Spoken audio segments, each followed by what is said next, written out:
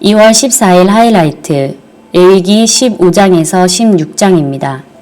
15장 주님께서 모세와 아론에게 말씀하셨다. 너희는 이스라엘 자손에게 말하여라. 그들에게 이렇게 일러라. 어떤 남자가 성기에서 고름을 흘리면 그는 이 고름 때문에 부정하다. 다음은 고름을 흘리는 남자와 관련하여 부정하게 되는 경우들을 밝힌 규례이다. 그 남자의 몸에서 고름이 줄곧 흘러나오든지 그 남자의 몸에 고름이 고여있든지 하면 그는 그것 때문에 부정하다. 고름을 흘리는 남자가 눕는 자리는 모두 부정하다. 그가 앉는 자리도 모두 부정하다. 그의 잠자리에 닿는 사람은 모두 그 옷을 빨고 물로 목욕을 하여야 한다. 그래도 그는 저녁 때까지 부정하다. 고름을 흘리는 남자가 앉았던 자리에 앉는 사람들도 그 옷을 빨아야 하고 물로 목욕을 하여야 한다.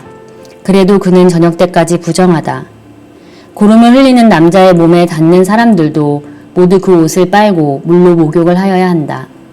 그래도 그는 저녁 때까지 부정하다. 고름을 흘리는 남자가 뱉은 침이 깨끗한 사람에게 튀면 침 묻은 그 사람은 옷을 빨고 물로 목욕을 하여야 한다. 그래도 그는 저녁 때까지 부정하다. 고름을 흘리는 남자가 타고 다니는 안장도 모두 부정하다.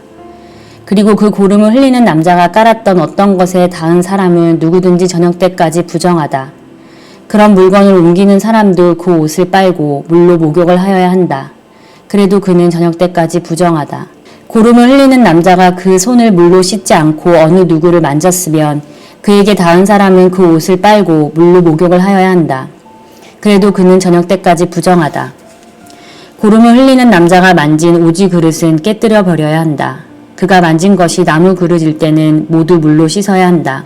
고름을 흘리는 남자가 나아서 정하게 되려면 이래 동안 기다렸다가 옷을 빨고 흐르는 물에 목욕을 하여야 한다. 그런 다음에야 정하게 된다. 여드렛째 되는 날에 그는 산비둘기 2마리나 집비둘기 새끼 2마리를 가지고 주 앞 곧 회막 어기로 와서 제사장에게 주어야 한다. 그러면 제사장은 그것들을 받아서 하나는 속죄제로 드리고 나머지 하나는 번제로 드린다. 제사장은 그렇게 함으로써 그 남자가 고름을 흘려서 부정하게 된 것을 주 앞에서 속하여 준다. 남자가 정액을 흘리면 자기 온 몸을 물로 씻어야 한다. 그래도 그 사람은 저녁 때까지 부정하다. 정액이 묻은 옷이나 가죽은 모두 물로 빨아야 한다. 그는 저녁 때까지 부정하다. 남자가 여자와 동침하였다가 정액을 쏟으면 두 사람이 다 물로 목욕을 하여야 한다. 그래도 그들은 저녁 때까지 부정하다. 여자가 몸에서 피를 흘릴 때에 그것이 그 여자의 몸에서 흐르는 월경이면 그 여자는 이래 동안 불결하다. 그 여자에게 닿는 남자는 모두 저녁 때까지 부정하다. 그 여자가 불결한 기간에 눕는 자리는 모두 부정하다. 그 여자가 앉았던 모든 자리도 부정하다. 그 여자의 잠자리에 닿는 남자는 모두 옷을 빨고 물로 목욕을 하여야 한다. 그 남자는 저녁 때까지 부정하다. 그 여자가 앉았던 자리에 닿는 남자는 누구나 옷을 빨고 물로 목욕을 하여야 한다. 그 남자는 저녁 때까지 부정하다. 그 여자가 눕는 잠자리이든 앉는 자리든 어떤 남자가 그 자리에 닿으면 그 남자는 저녁 때까지 부정하다. 어떤 남자가 그 여자와 동침하면 그 여자의 불결한 상태가 그 남자에게 옮아서 이래 동안 부정하고 그 남자가 눕는 잠자리도 모두 부정하다. 어떤 여자가 자기 몸이 월경 기간이 아닌데도 여러 날 동안 줄곧 피를 흘리거나 월경 기간이 끝났는데도 줄곧 피를 흘리면 피가 흐르는 그 기간 동안 그 여자는 부정하다.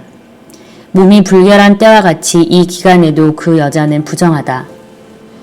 그 여자가 피를 흘리는 동안 눕는 잠자리는 모두 월경 기간에 눕는 잠자리와 마찬가지로 부정하고 그 여자가 앉는 자리도 월경 기간에 앉는 자리가 부정하듯이 모두 부정하다. 누구나 이런 것들에 닿으면 부정하다. 그는 옷을 빨고 물로 목욕을 하여야 한다. 그는 저녁 때까지 부정하다. 그러나 흐르던 피가 먹고 나서도 정하게 되려면 그 여자는 이래 동안 기다려야 한다. 그런 다음에야 정하게 된다. 여드렛째 되는 날에 그 여자는 산비둘기 2마리나 집비둘기 새끼 2마리를 회막 어기의 제사장에게로 가져와야 한다. 그러면 제사장은 그것들을 받아서 하나는 속죄제로 드리고 나머지 하나는 번제로 드린다. 제사장은 그렇게 함으로써 그 여자가 피를 흘려 부정하게 된 것을 주 앞에서 속하여 준다. 너희는 이스라엘 자손이 부정을 타지 않도록 하여라. 그들 가운데 있는 나의 성막을 부정하게 하였다가는 그것 때문에 그들은 죽음을 면치 못한다. 위에서 말하는 것은 남자가 성기에서 고름을 흘리거나 정액을 흘려서 부정하게 되었을 때에 지킬 규례로서 몸이 월경 상태에 있는 여자와 부정한 것을 흘리는 남녀와 그리고 월경 상태에 있는 여자와 동침한 남자가 지켜야 할 규례이다. 16장 아론의 두 아들이 주님 앞에 가까이 갔다가 죽은 일이 있다. 그들이 그렇게 죽은 뒤에 주님께서 모세에게 말씀하셨다. 다음은 그때 주님께서 모세에게 하신 말씀이다. 너는 너의 형 아론에게 죽지 않으려거든 보통 때에는 휘장 안쪽 거룩한 곧 법궤를 덮은 덮개 앞으로 나아가지 말라고 일러라. 내가 구름에 휩싸여 있다가 그 덮개 위에서 나타나기 때문이다. 아론이 거룩한 곳으로 들어가려고 할 때에는 다음과 같이 하여야 한다. 솥대 가운데서 수송아지 한 마리를 골라서 속죄 제물로 순양 한 마리를 번제물로 바쳐야 한다. 그는 모시로 만든 거룩한 속옷을 입고 그 안에는 맨살에다 모시로 만든 홑옷을 입어야 한다. 모시로 만든 띠를 띠고 모시로 만든 관을 써야 한다. 이것들이 모여서 거룩한 옷 한 벌이 된다. 그는 먼저 물로 몸을 씻고 나서 그 다음에 이 옷들을 입어야 한다. 그런 다음에야 그는 이스라엘 자손의 회중에 속죄 제물로 바치는 순염소 2마리와 번제물로 바치는 순양 1마리를 받을 수 있다. 아론은 자신이 속하는 속죄 제물로 수소를 바쳐 자기와 자기 집안의 죄를 속하여야 한다. 또한 그는 순염소 2마리를 끌어다가 회막 어기에 주 앞에 세워놓고 그 순염소 2마리를 놓고서 제비를 뽑아서 주에게 바칠 염소와 아사셀에게 바칠 염소를 결정하여야 한다. 아론은 주의 몫으로 뽑힌 순염소를 끌어다가 속죄 제물로 바치고 아사셀의 몫으로 뽑힌 순염소는 산채로 주 앞에 세워두었다가 속죄 제물을 삼아 빈들에 있는 아사셀에게 보내야 한다. 아론이 자신을 속하는 속죄 제물로 숫소를 바쳐 자기와 자기 집안의 죄를 속하는 예식은 다음과 같다. 그는 먼저 숫소를 잡아 자신을 속하는 속죄 제물로 바쳐야 한다. 그리고 주 앞에 제단에 피어있는 숯을 향로에 가득히 담고 또 곱게 간 향기 좋은 향가루를 2손으로 가득 떠서 휘장 안으로 가지고 들어가서 주 앞에서 향가루를 숯불에 태우고 그 향 타는 연기가 증거계 위에 덮개를 가리우게 하여야 한다. 그래야만 그가 죽지 않는다. 그런 다음에 그는 수소의 피를 얼마 받아다가 손가락으로 찍어서 덮개 너머 곧 덮개 동쪽 부분에 한 번 뿌리고 손가락으로 피를 찍어서 덮개 앞에 7번 뿌려야 한다. 이어서 아론은 백성이 속죄 제물로 바친 순염소를 잡아 그 피를 휘장 안으로 가지고 들어가서 숫소의 피를 뿌릴 때와 마찬가지로 덮개 너머와 덮개 앞에 뿌려야 한다. 이렇게 하여 그는 성소를 성결하게 하여야 한다. 이스라엘 자손이 부정을 탔고 그들이 온갖 죄를 지었으므로 성소마저 부정을 탔기 때문이다. 그는 같은 방법으로 회막도 성결하게 하여야 한다. 부정탄 백성이 드나들어서 회막도 부정을 탔기 때문이다. 아론이 자기와 자기 집안과 이스라엘 온 회중의 죄를 속하려고 성소 안으로 들어가서 예식을 올리는 동안에는 아무도 회막 안에 있어서는 안 된다. 성소 안에서 치르는 예식이 끝나면 아론은 주 앞에 있는 제단으로 나아가서 그 제단을 성결하게 하는 예식을 올리고 잡은 수소의 피와 순염소의 피를 받아다가 제단 뿔에 돌아가면서 발라야 한다. 그리고 그는 그 피를 자기 손가락으로 찍어 제단 위에 7번 뿌려서 부정하게 된 이스라엘 자손 때문에 같이 부정하게 된 제단을 정하게 하고 거룩하게 하여야 한다. 이렇게 하여 아론은 성소와 회막과 제단을 성결하게 하는 예식을 마치게 된다. 다음에 아론은 살려둔 순염소를 끌고 와서 살아있는 그 순염소의 머리 위에 2손을 얹고 이스라엘 자손이 저지른 온갖 악행과 온갖 반역행위와 온갖 죄를 다 자백하고 나서 모든 죄를 그 순염소의 머리에 씌운다. 그런 다음에 기다리고 있는 사람의 손에 맡겨 그 순염소를 빈 들로 내보내야 한다.